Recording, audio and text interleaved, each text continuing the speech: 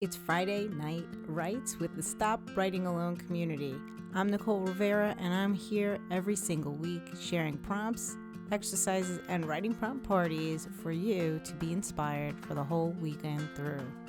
Come on in, bring your notebook, your laptop, or whatever it is you want to write with, because as soon as we get started, you'll be inspired to start scribbling away your weekend. Thanks for coming, and enjoy your Friday Night Writes.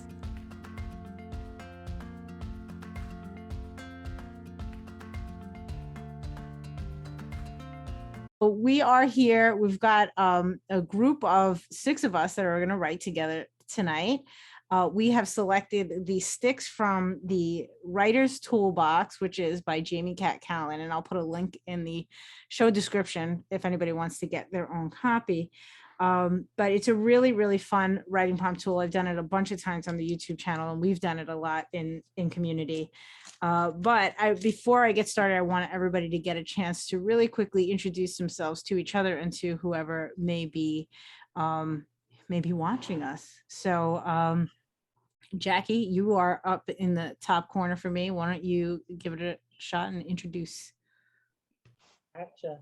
I'm Jackie Dana, and I'm in St. Louis, Missouri, and I am writing a newsletter, blog, whatever, on Substack called Story Cauldron.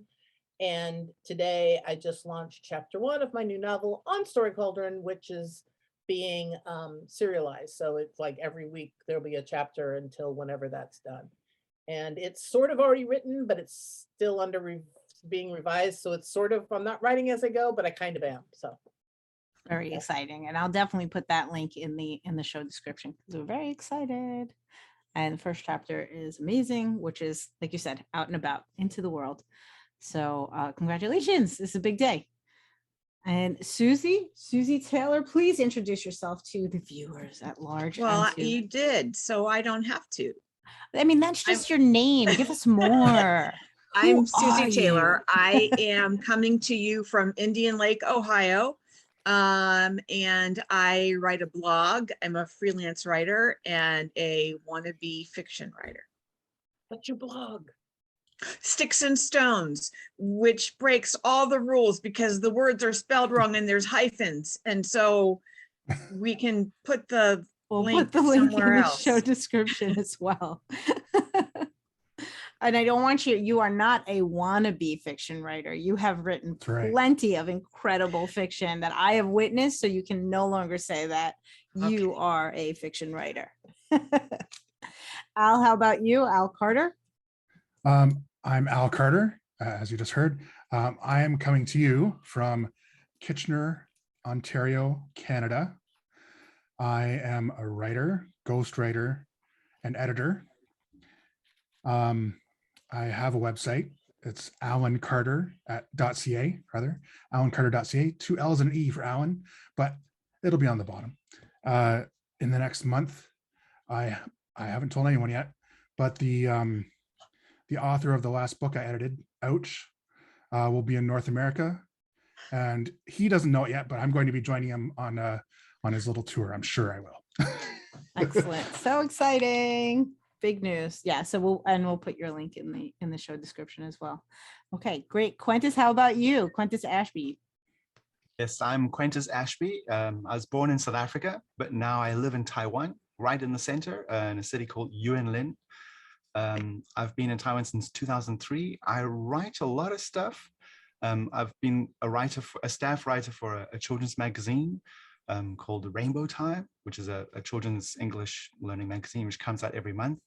And I've just been, for the last year, trying to work on transitioning into being a novelist. So I'm really trying to just up my fiction writing game, because I've been writing a long time, but writing novels is like a marathon of words. So I'm just here to get those words in my little running and writing practice.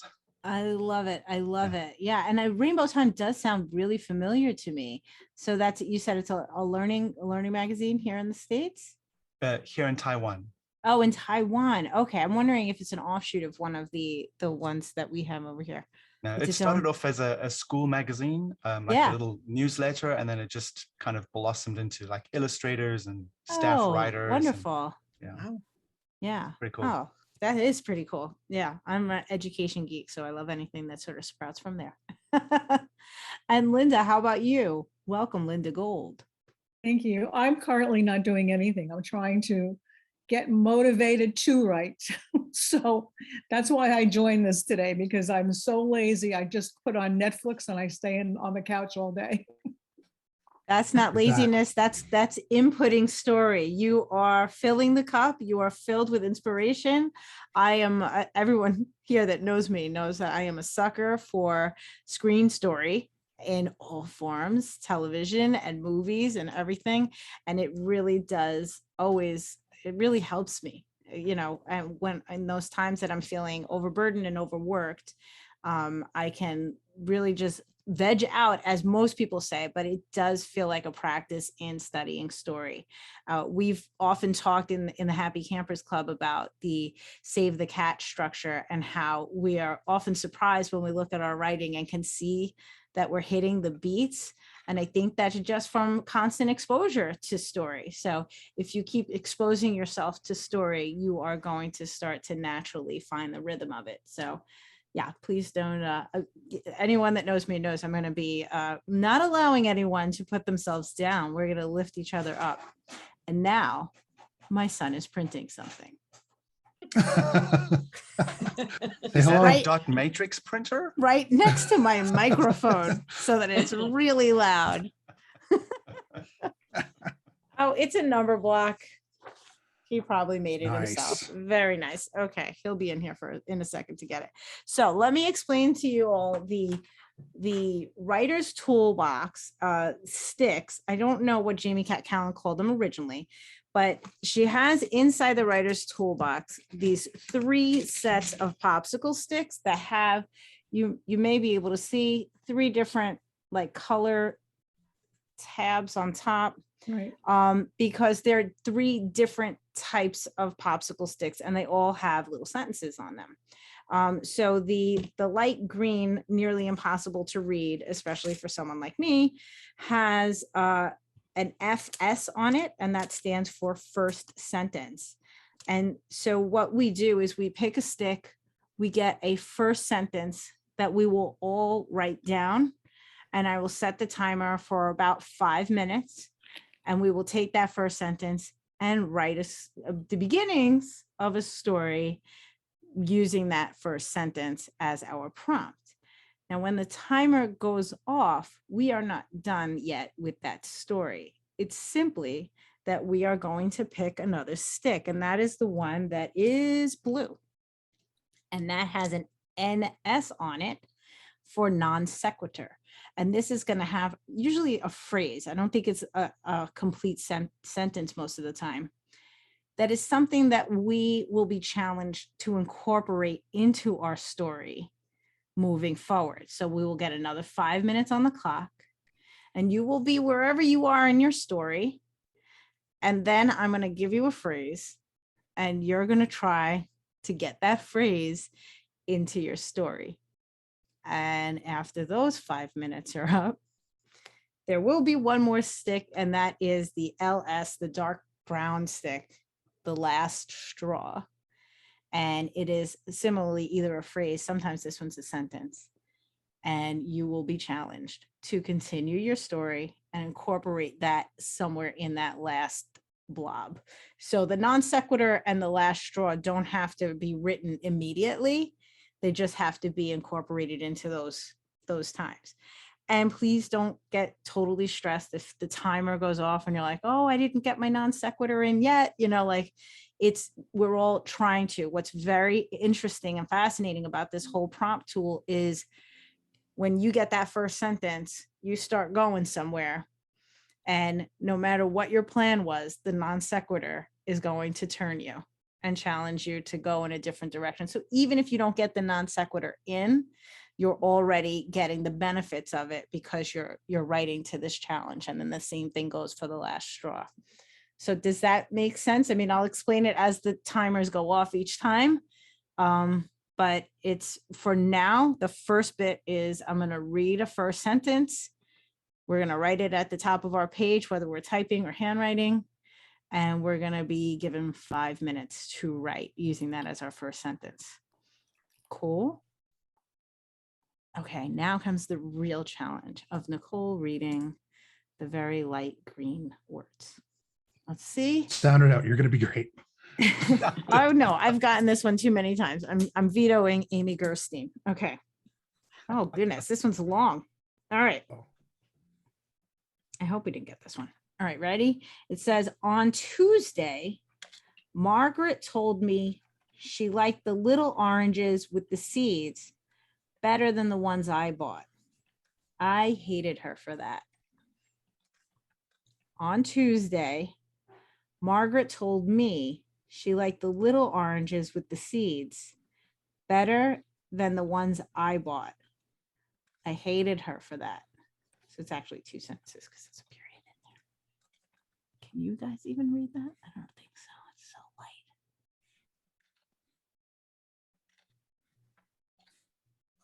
light. Oh, Jackie. Oh, Jackie. do it. What's that? Both of you are wonderful. I love it. Great minds, great minds. You have Okay. capitals. I don't have capitals. You gotta type it and share it for those that are reading it and can't type it. Right, right. So if anybody needs the sentence, both Quintus and Jackie typed it into the chat for us, so there's no missing it. And that's it. I'm gonna set a timer for 5 minutes and write some story about Margaret, the oranges, and our protagonist who hates her for her opinions about art. And I've lost my pen. Okay, here it is. I'm going to mute myself, but I'm also going to pause the recording.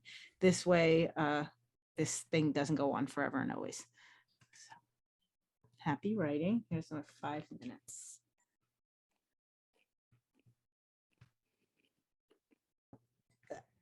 Oh my gosh, that was our timer. So you can either leave your sentence dangling or finish your sentence right now, but I'm going to pick the next stick, which is, yes, this blue guy. And so wherever you are in this next 5 minutes, we're going to try to incorporate, oh, it's a sentence, this sentence. She found a diamond bracelet in the back of the car.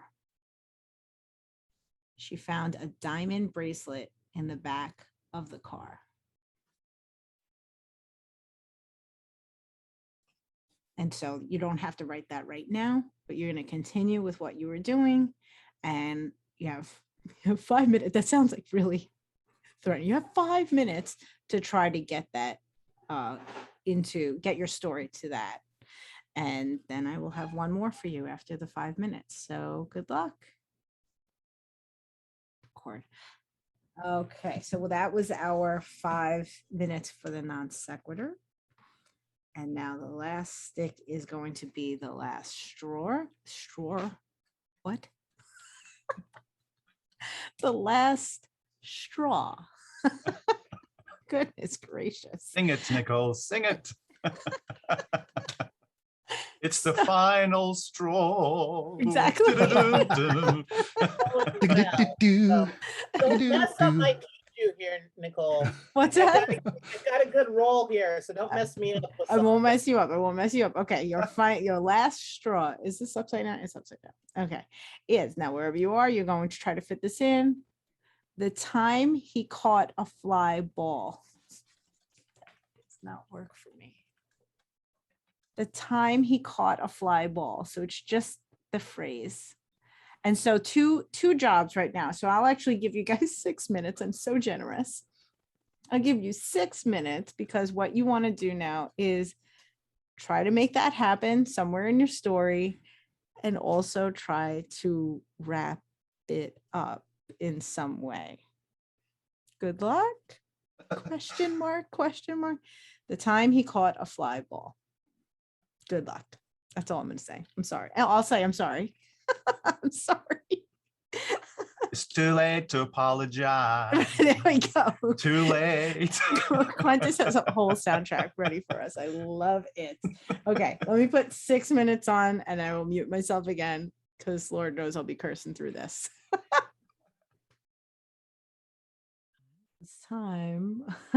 I see a lot of oh no's.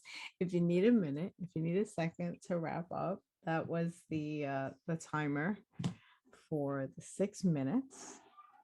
And we should have something, whether it's a complete story or a lot of things going in lots of directions.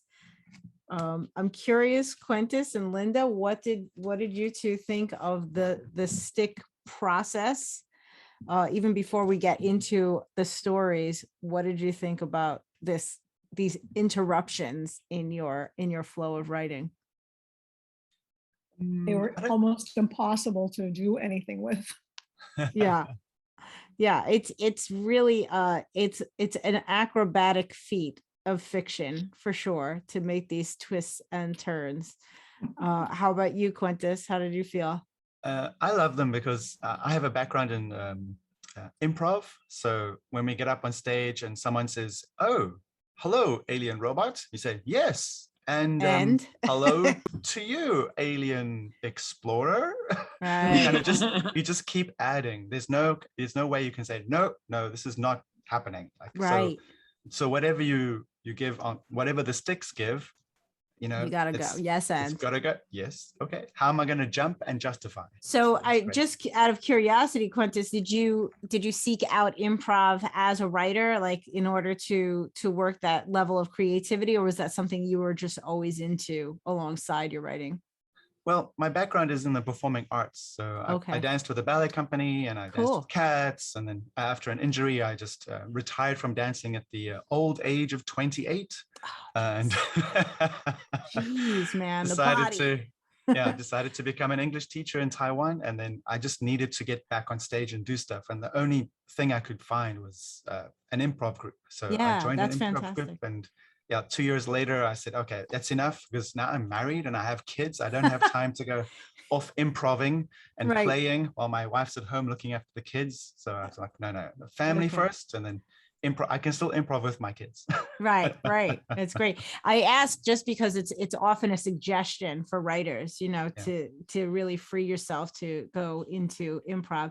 And I don't know if I have this amazing book. We actually used it in last week's writing prompt party at the Happy Campers Club. See if I don't close the whole thing. Have you checked out Improv for Writers? He has it right there. I love it. You're so at home here, just pulling the books off the shelves. That's how we do. It's fantastic, and it'll be a lot of similar activities. I can flex some more. Oh, what is that one? Improvisation for actors and writers. And writers. And who wrote that one? I'm jotting it down. This is by Bill Lynn. Okay. These are new purchases. So I'm like, oh, improv for writers. Someone asked me, hey, can you do a little talk on improv for writers as well? Okay, let me Google that. It's like, oh, there is a book for improv for writers. That book, I mean, the one that I have is fairly new. I think it came out like last year. So I don't know about the other one. Yeah. And that is Improvise Freely. Ooh, lovely. By Patty Stiles. Patty she says, Stiles. throw away the rule book and unleash your creativity. I'm like, ooh, I like that. Yeah. Break the rules.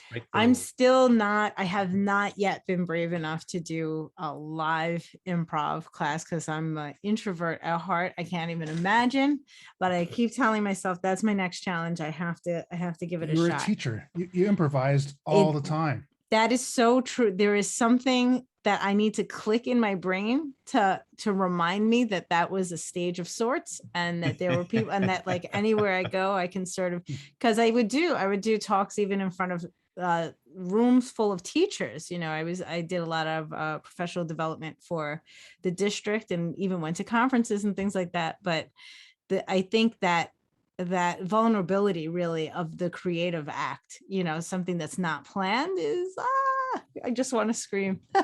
The great confidence builder. Yeah, it's exactly. Meanwhile, I'm going to ask everybody to do exactly that right now with your words, like whatever you just wrote just now. I would love it if you could read aloud and Is there anybody that's willing to go first? Oh, Quintus is like, while I'm chatting, let me go. And Quintus, are you okay with me recording you? Do you want me to pause or you're good to go? Yeah, I'm good to go. Okay, then I'm going to mute myself and let you take the stage. I don't have a title for this, but that comes later. Usually I like have a title first, but I think if we're Amazing. working with prompts, then Yeah, we never have titles. That's great that you even thought of it. The first prompt on Tuesday, Margaret told me she liked the little oranges with the seeds better than the ones I bought. I hated her for that. She said, "I don't like the oranges you buy." "Margaret, these are perfectly good oranges. They're imported. They're Japanese, for Pete's sake," I said. I always call her Margaret when I'm angry with her, and she hates that about me. "Look, I know you're feeling like I don't appreciate you, but I'm being honest with you. Honey, I'm your wife, and I owe you that much at least. I love it when you go shopping for me. Being a fruitarian is not easy. You know, I can only eat organic. These genetically modified oranges taste so good, but you know, and I know that oranges were made by God to hold seeds with their cell wombs. That is what a natural and healthy orange should be. Small, powerful, and full of seeds." Prompt number 2. She found a diamond bracelet in the back of the car. On Wednesday, she drove herself to the shop to buy her own damned oranges. I know when I'm not being appreciated.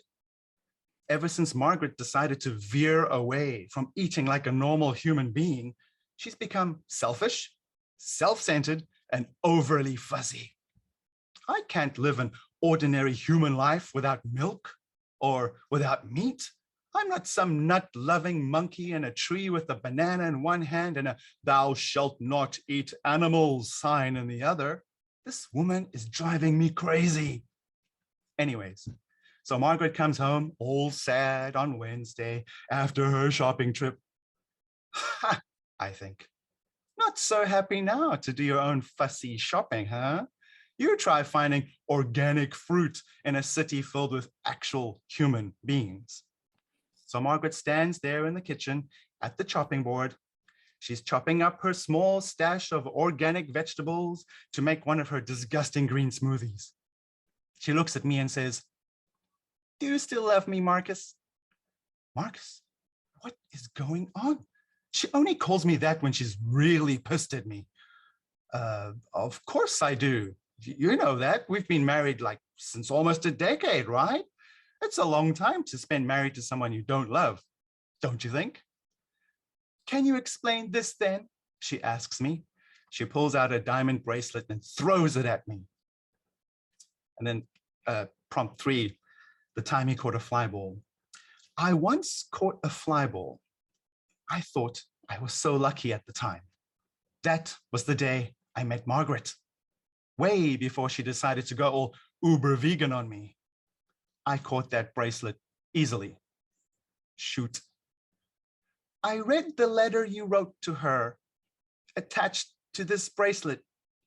I know everything, Marcus." And that's where it ends. Oh my goodness. I mean, of course, your reading is just amazing with all the emotion. Yeah, that was really fun to listen to. But you had so many like little turns of phrase. I was trying to jot. First of all, the fact that Margaret's a fruitarian, hilarious, hilarious. Of course, talking about oranges, we go to this extreme. But did you say that the seeds were like the little cell wombs? Is that yes, what I cell womb? Yeah, that was amazing. And and then the ordinary human, trying to live my ordinary human life, and then like basically everything that came like in that sentence about, you know, not being a monkey with the sign in one hand. All of that was just fabulous. Really, really fantastic. So thanks. Yeah, great job. I loved it. I vote for Quintus being in every writing prompt party. Right. You need to join us more often. That was great. Absolutely. Yeah, that was a Yes, lot of fun. Absolutely. Well, thank you for the email. I mean, I wasn't even aware that these were happening because I know you have these like writing prompts on YouTube. So I'm like, oh, that's great. Yes. A writing prompt party? Yeah. That sounds even better. Yeah, we had a little bit of a hiatus with the at the end of the summer and the beginning of the school year, but it's we do try to do it every single month as a group like this. So yeah, I was even looking at the YouTube. I was like, oh wait, I didn't do September either. It's been a really long time since we've done one of these. So I'm happy that I got it out to you in time. Thank that you so made much. it here. Yeah, it's been great. What's that? Fourth Friday. The fourth Friday of every month is when I try to do it because some months have more Fridays. I'm definitely going to change that for next year because that confuses the heck out of everybody, including me. So who's up next? Who wants to read? Susie, was that? There you go. Let's go, Susie. I'll go.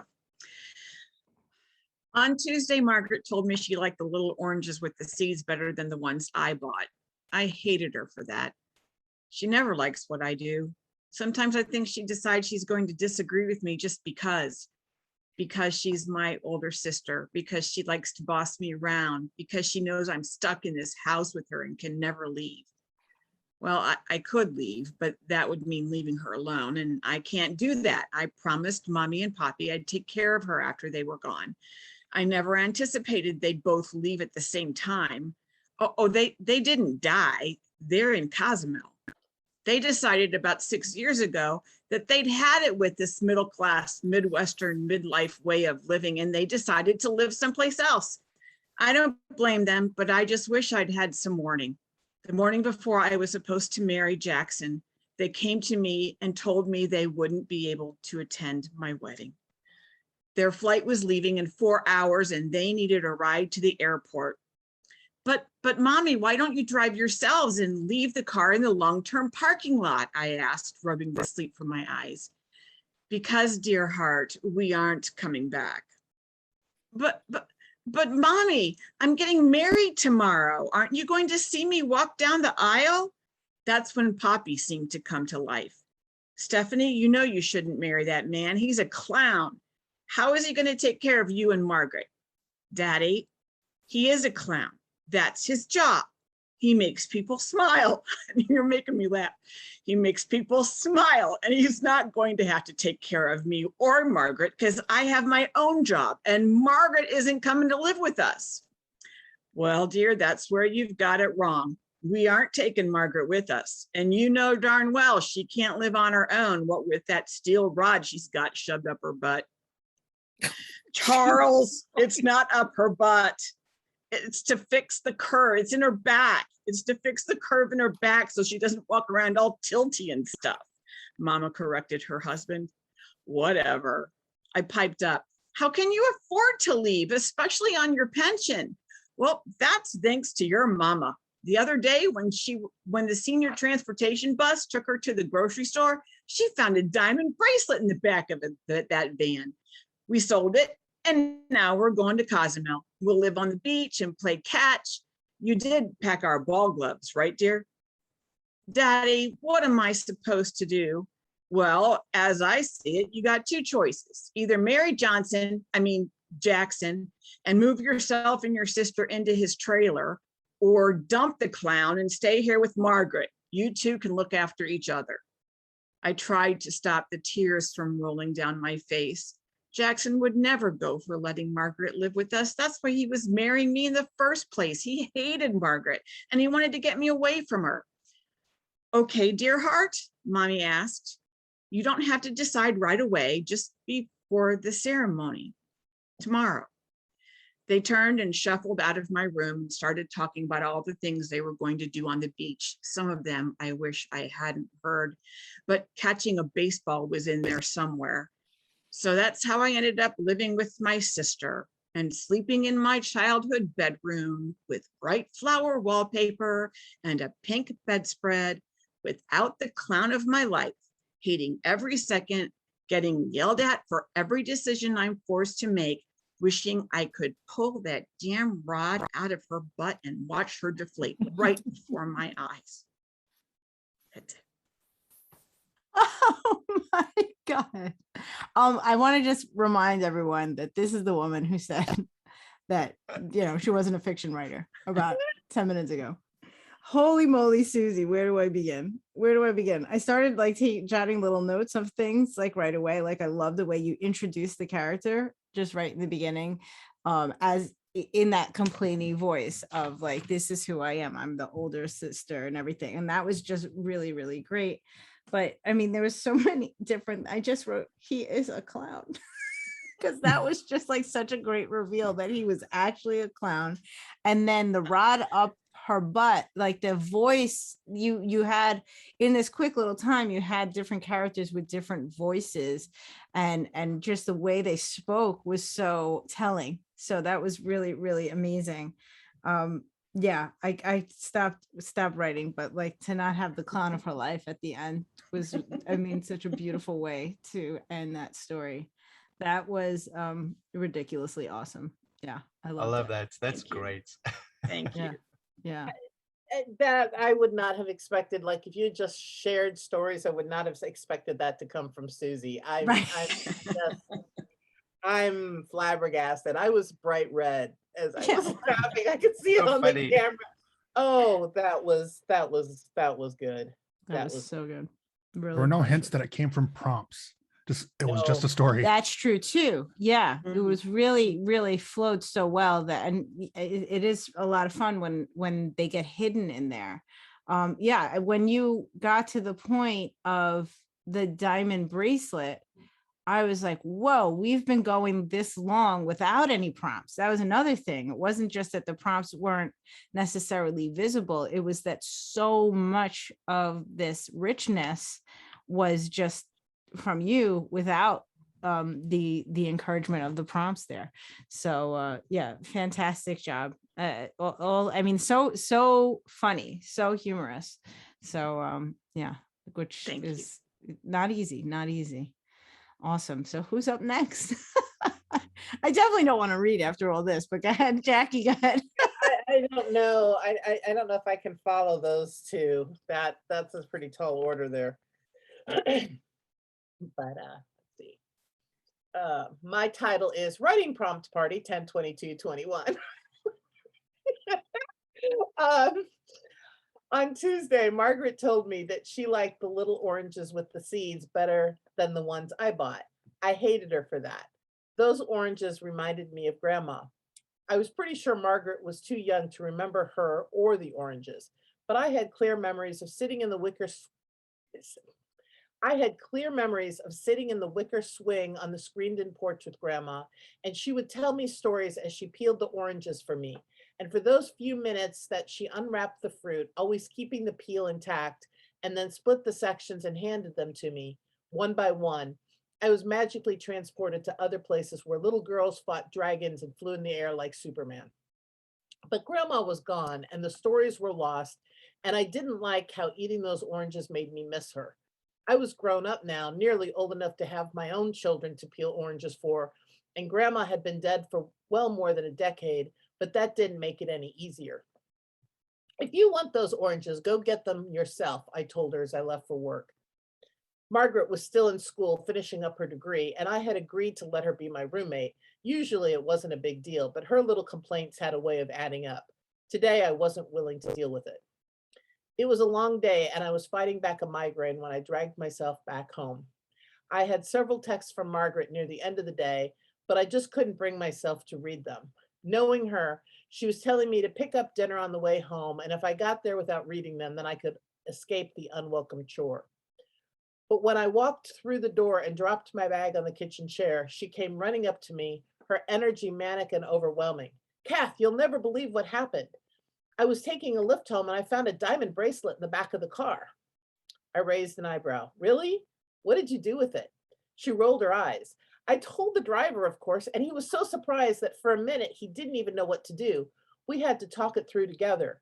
And we decided that Tony should just call his last writer and see if she was missing anything. And she was. So we drove it over to her. Wait, you went with him? Why didn't you just let him take it? Well, I was the one that found it. So we went, and the lady was super rich and so happy that she gave us each a cash reward. Tony said he hadn't had this kind of luck since the time he caught a fly ball at the Cardinals game. Tony? Yeah, we kind of bonded over the whole thing. We're going out tomorrow, actually. Then she went back into the kitchen and carried out a little bag. But since I had some cash, we went to Whole Foods and I got some of the oranges Grandma used to have. I thought maybe you and I could sit outside and try peeling them like she used to, all in one piece. It was so sweet. As I loved, that was going to be my first comment about that description of sitting with the grandmother peeling the orange. It was just like I was there. First of all, the wicker swing, immediately I heard it. It was there. It was squeaky. It was wonderful. And then that you circled back to it at the end, that was really, really touching. It was great. I mean, this whole, I don't know, for some reason, as soon as she said Tony, that was like, that tickled me. You know, that it's like Tony, like, oh, who's Tony? And oh, we're going out again. Like that was all just, it played really, really well. So yeah, it was really, but that I got totally distracted in that last moment when you said she got the oranges that Grandma. I was like, oh, forget everything. That was wonderful. Yeah, I really liked how it came back around to that. That was really nice. Yeah, yeah. It's great because she's, you know, the protagonist is going through all these frustrations with her. And how often are we in that exact space that we're getting frustrated with someone just for them being them, doing their thing. But you mentioned your protagonist had a migraine. There were other things sort of playing on her. And Mhm. meanwhile, her sister, you know, Margaret came back at the end to be really just being sweet all along. And it's like, oh, okay, forget all the feelings I had. You're wonderful. So Wow, that first draft, hey? Ooh. right? Yeah. Exactly. Wow. This The is what fly happens here. ball threw me off. I was like, oh God, how am I going to work that in? And then But I it was like, worked. You got it, right? Because that was, yeah, Tony's lucky fly ball. That totally worked. Yeah, what messed me up about that was that it was a he. I was like, oh, yeah, right, pronoun exactly. I was like, problem. I was dealing with a woman here and now he caught a fly ball. So I love the imagery in the beginning too. Like I was right Yeah. there watching the grandma, yeah, it was sweet. understanding the warmth between them, and Yeah, isn't that, I love mean, that. like, yeah, it was just talking about this ritual of with fruit, but there was just so much relationship in that image. So really wonderful stuff. I love that kind of stuff. Oh, great. All right, so who do we have left? It is Al and Linda and me. I'll do it. All right, Linda. Good luck. Well, all of the beginnings sound so alike. On Tuesday, Margaret told me she liked the little oranges with the seeds better than the ones I bought. I hated her for that. I don't care what she prefers, as I am the shopper and cook, so she is stuck with my choices, just as I was when I was a little girl and my mom made soup that had lima beans in it. I hated lima beans, so I took each one out and wrapped it in a napkin. By the end of the soup course, I had a pile of napkins that I quickly tried to throw into the garbage discreetly. Do you know how difficult it is to casually throw 19 napkins into the garbage? My mom was not happy, but I was. She finally realized that her daughter would not eat certain things she found unappealing. So Mom decided to make the old standby hamburgers on the grill and a lettuce and tomato sandwich. When we decided to go for a drive on Sunday, I refused to sit in the back because I always got car sick. So my sister had to sit there and she pouted as I happily rode up front. When we stopped to walk around and stretch, she took a long time to come out of the back, and now I know why. She scrunched her hand down the cushion and found a handkerchief that was bundled up. When she unwrapped it, she found a diamond in it. From then on, I wanted to ride in the back, even if I did get sick. Mommy, however, said, no, you made your bed, so lie in it. I was destined to sit in the front, and the diamond still belongs to my sister. She gives me a smirk every time we get into a car just to remind me that she got the prize, not I. Sometimes I get so angry at her, I'd like to wrap her up in a handkerchief. When I was learning to drive by myself, I enjoyed going to parks and watching families on their Sunday outings. They played with kites on windy days. During the spring, many badminton sets came out of the attic, and in the summer, the All-American baseball bat and catcher's mitt were seen. Almost every family played some type of baseball, but it was really fun to watch when one family challenged another. The Browns and the Sheffields were flipping a coin to see who would be up first. It turned out that the Browns won the toss, and they were overjoyed because they had 2 boys and 1 girl. And during the 3rd inning, little Johnny Brown astounded everyone when he caught the ball hit by the slugger of the Sheffields, their older son, a burly boy of 13 named Marvin. That's it. Really, really great. I was just about to write down like even those details of the burly boy Marvin, like that's just so great. But my star was I'd like to wrap her in a handkerchief. Like that was I was clapping. I don't know if you saw.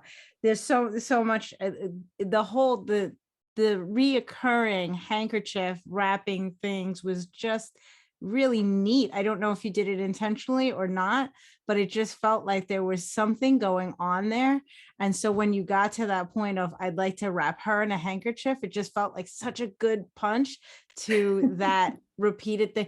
Really, really cool. Sometimes we don't even realize these little things that resonate, but that was really, and I love the wording of I was destined to sit in the front. I don't know why, but I really like the use of that, the destiny for that. But great stuff, Linda. Great stuff. Fun. Yeah. Very, very nice. I really enjoyed it. Yeah. And I like the details of the families right in the end, where, I mean, the 2 boys and a girl and the burly 13-year-old. Yeah, that was really good. That was And The 19 relationships were lima totally beans. established. and 19 lima beans. 19 lima specific. beans. The Yes. lima bean is true, though. I used to do that. I would wrap them up. Yeah, the specificity of it, the 19 lima beans, and then what was it that you wrote? I put it, Mom wasn't happy, but I was. That was great too. Like the victory of it. It was so Yes. sweet. Yeah, the relationships in the family were so well established and clear. Like you knew that family right away. Yeah, cool stuff. You could have 22 episodes for that with that family. Right. Easy. Yeah. Oh, Linda, great job. I love it. Al, what do we say? You ready All to right. go? I don't have a title, but I have to admit, I wrote the last paragraph while listening as hard as I could to Quintus's great story. I apologize, but it was all had to come around again. Well, so. thank goodness it's recorded. Yeah. You're assigned Now to go everyone listen. I heard every word, I promise. On Tuesday, Margaret told me she liked the little oranges with the seeds better than the ones I bought. I hated her for that. On the Monday prior, Margaret bought me a budgie. That, of course, was when I still loved her. It was our anniversary and just a week before Christmas. I know, winter wedding, but we live in Florida, so getting married in December is no big deal. What those who live further north might not know is the best oranges are in season in December and January, and these are the navel oranges. I thought Margaret, a born and bred Floridian, would have known better by now. In fact, since our wedding in '94, I always gave her a gift on our anniversary on the dining room table, right in front of a, what is that? A bowl of fresh, ripe navel oranges. They're seedless, In about 2007, I started slicing and then presenting them in interesting ways on platters, individual bowls. Anyway, did I mention a budgie? I only knew him for 28 hours. You see, Bernard, that was his name, was as talented as he was beautiful. He and I found out quite by accident he could catch projectiles right from the air. In one of our famous arguments this week, probably about the gift I had to tell Margaret was not for her, she found a diamond bracelet in the backseat of the car. Perhaps I should have rolled with it and just given my mother the universal remote I was planning to put on the table in front of the oranges. That would have served us all a lot better and saved us a lot of pain, especially Bernard. At the news that the bracelet was for Mom, Margaret pitched a Spanish peanut at my eye. Thank God for Bernard. He, like a feathered ninja, caught the peanut before it blinded me. Tuesday was our anniversary, and Margaret, perhaps vindictively, already had a plate of oranges on the table, but common, seeded oranges. I threw the first slice, I admit it. The next slice was about to pelt me in the jugular, but for Bernard. Poor, brave, dexterous Bernard. That was the time he caught a fly ball, a fly orange, that is. The vet declared the cause of death to be suffocation, having removed a single orange seed from beautiful Bernard's throat. That was our last anniversary before the divorce. Oh my gosh, poor Bernard. Even It's a little bird. yeah, I saw you. Budgies are birds. Well, as soon as you said budgie, I'm like, what's a budgie? And Susie's going, a bird. And I'm like, okay, I'm with it. Where But then the hell did that come from? Oh, Like, I had a couple where beers at the dinner. hell? that'll do it. That was so far away from where any of us went. Like, it was like there's somebody, I forget who it was, like a writer or musician said, like, stories pass us by and you have to grab them, and if Oh, you don't yeah. grab them, they That's go to Elizabeth something else. Gilbert, the magic. And I'm like, oh man, that story hit him in the head, and that was amazing. That was great. It was, gotta do and you did a something great job of foreshadowing, because all I have written down here is what happened to Bernard. Like in the middle of the story, I'm like, he's not going to tell me, but then it comes around and I find out about the tragedy of Bernard. So it was really, really great. Oh my Poor, goodness. beautiful, dexterous Bernard. Dexterous. But yeah, and even like the common seeded orange, like that she put out common seeded oranges. I was like, oh no, now we're gonna have a problem. So really, really good stuff. Oh my goodness. Yeah, that was definitely out of left field, but I also have a pet in mind, so we'll see. I don't know if mine is together, but I'm gonna read it quickly because we're already over the hour, so I don't want you guys to have to wait too long. Okay. On Tuesday, Margaret told me she liked the little oranges with the seeds better than the ones I bought. I hated her for that. No one asked her, least of all me. After 15 years of marriage, she was coming up with all kinds of brand new complaints about things she barely contributed to. If she'd go out to the store and actually purchase produce once in a while, maybe I wouldn't have reacted the way I did, but she didn't. So now she was dead. It's been 2 days and I'm still not sure how to dispose of her body, but the most reassuring bit about the experience is that not a single person has come looking for her. Not once. No one cares. You know, I say this all started Tuesday, but that was just the violence of it. The plots and plans began 2 years ago, the day she found a diamond bracelet in the back of the car. She didn't tell me, of course. She thought it was for her. What an idiot. Let me tell you the joy I felt when her face fell on Christmas morning when I unwrapped it and placed it on Frizzle's neck. It was gorgeous against her gray fur and so complimentary of her gorgeous blue eyes. Margaret couldn't see the beauty in it. Her selfishness clouded her vision, like always. But that was when my eyes were open to her grotesqueness. If she couldn't appreciate the gift I gave Frizzles, what else was she horrid about? It soon became clear that I had married a monster. I hated her more and more every day. I began to see the world felt that way too. The day her nephew caught a fly ball to win his Little League game, he called me. The day her mother needed picking up from the doctor, she called me. The last time we saw the mailman on the front lawn, he only said hello to me. The world hated Margaret, and so did I. I finally did something about it. Now, if only someone was here to help me clean up this mess.